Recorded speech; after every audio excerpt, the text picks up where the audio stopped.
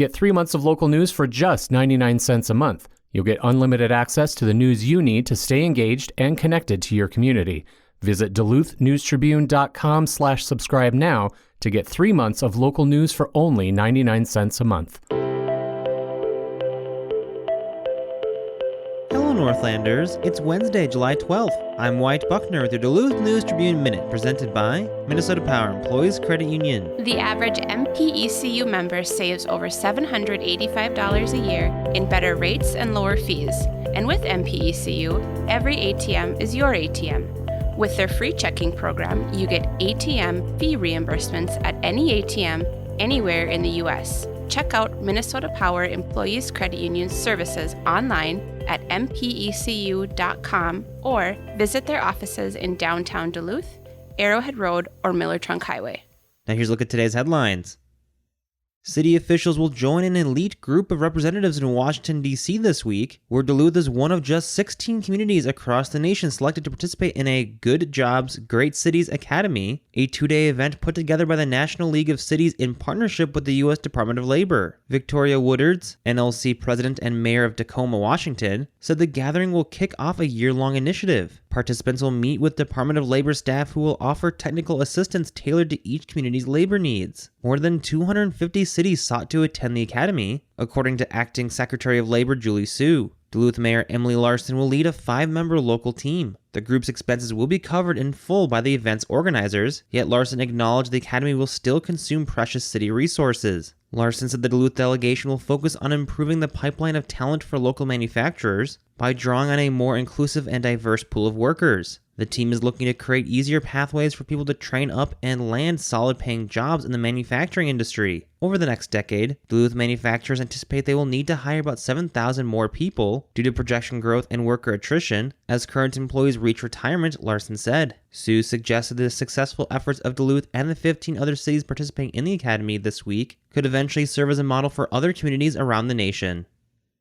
A man accused of sexually abusing multiple young children and creating child pornography could face significant time in federal prison. A grand jury in late May indicted Stephen Jeremiah Hansen, 29 of Carlton, on 4 counts of production and attempted production of child pornography. The federal charges are in addition to the 16 felony counts Hansen already faces in state district court. Court documents allege that Hansen abused at least 6 children, with law enforcement seizing electronic devices that contained photos and videos of at least 5 of the victims. Hansen also was a licensed foster care provider, though the Carlton County Attorney's Office indicated last summer that none of the identified victims were foster children. The Carlton County Sheriff's Office began investigating Hansen in March 2022 after the St. Paul Police Department reported that a, quote, non-consensual picture was taken of a juvenile in a bathroom stall at the Children's Museum in St. Paul, end quote. Hansen's phone was later seized pursuant to a search warrant, as were the contents of his iCloud account. Investigators said they ultimately identified approximately 99 images and 8 videos containing child sexual abuse material.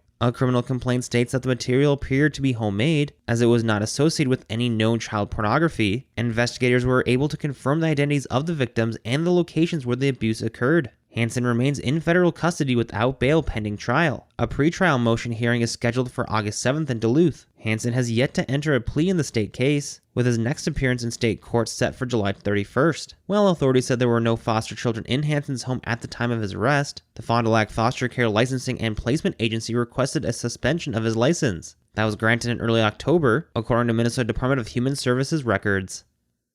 The Twin Ports Interchange project is on track to open Interstate 35 to traffic in both directions on permanent pavement in November. At a public meeting June 26th, project manager Pete Martheler said other milestones on the horizon include, quote, substantial completion, end quote, of the project, which he defined for the News Tribune as largely unimpeded traffic in fall 2024 and final completion in fall 2025. While progress on the $435 million project continues, uncertainty surrounding the February discovery of a possible indigenous human bone at the U.S. Highway 53 bridge construction site remains. Work on the Highway 53 bridge and the interchange on Garfield Avenue began in August after being deferred due to financial constraints. A financial boost from the bipartisan infrastructure law breathed new life into that aspect of the project. However, construction on the Highway 53 bridge hit a snag when indigenous remains were discovered on site in February. MnDOT is still evaluating the impact of that discovery, according to Martheler. In the meantime, the construction team is continuing to work on unaffected parts of the bridge. Another complication in construction has been dealing with the contaminants in the soil, such as asbestos and lead, left behind from the demolition of neighborhoods to build the original Highway 53 bridge in the 1970s.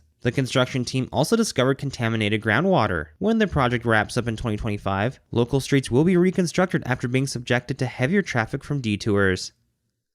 Now here's a look at your forecast, brought to you by the News Tribune's Best of the Best Awards. Duluth area weather for today, partly sunny skies with a slight chance of a few scattered showers late today. High temperature around 70 degrees with southeast winds around 5 to 10.